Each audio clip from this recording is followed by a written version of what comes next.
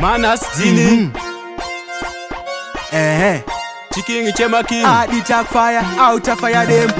Ramba uchitamba kasenge une shavi unenge mwana wa bebi kutamba uchidai handitomura mufungwa kana kumba ndoenda naye asipo takutaura naye kati bebi we chimbonditambirawo apapa pakweinika nindopadawo uri magetsi chaiwo musika unawo kakrisi malabula mazibonerawo kasheka mpunduru kwete zvenharo ita uchipakurira kuno usadaro pauraya matanzi une utsinyesa faro chimuti chiri kwangu chimbondipasirawo wandiita urubhurubhu senyama yetsuro nebodhi wevi wandibata senge tirauro ita uchidai ndikuzemberese piro dhanzirapisa manazi pinda mudariro DJ pula ngoma isa patsokororo mwana uyu anotamba zvinomutsa mabororo azere nemagetsi anoda ongororo asi zvekutamba wakazvendera chikoro ndikati bebi we chimbonditambirawo apapa pakweinika nindopadawo uri magetsi chaiwo musika unawo kakrisi malabula mazibonerawo kasheka mpunduru kwete zvenharo ita uchipakurira kuno usadaro pauraya matanzi une utsinyesa faro chimuti chiri kwangu chimbondipasirawo mafaro akupisa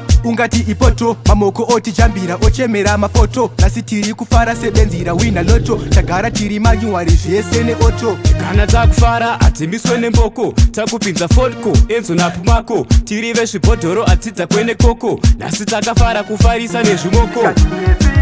chimbonditambirawo apapa pakweinika nindopadawo uri magetsi chaiwo musika unawo kakrisi malabula mazibonerawo kasheka mpunduru kwete zvenharo ita uchipakurira kuno usadaro pauraya matanzi une utsinyesa faro chimuti chiri kwangu chimbondipasirawo wandiita urubhurubhu senyama yetsuro nebodhi wevi wandibata senge tirauro ita uchidai ndikuzemberese piro dhanzirapisa manazi pinda mudariro DJ pula ngoma isa patsokororo mwana uyu anotamba zvinomutsa mabororo azere nemagetsi anoda ongororo asi zvekutamba wakazvendera chikoro ndikati bebi we chimbonditambirawo apapa pakweinika nindopadawo uri magetsi chaiwo musika unawo kakrisi malabula mazibonerawo kasheka mpunduru kwete zvenharo ita uchipakurira kuno usadaro pauraya matanzi une utsinyesa faro chimuti chiri kwangu chimbondipasirawo ramba uchitamba kasenge une shavi unenge mwana wa bebi kutamba uchidai handitomura mufungwa kana kumba ndoenda naye asipo takutaura naye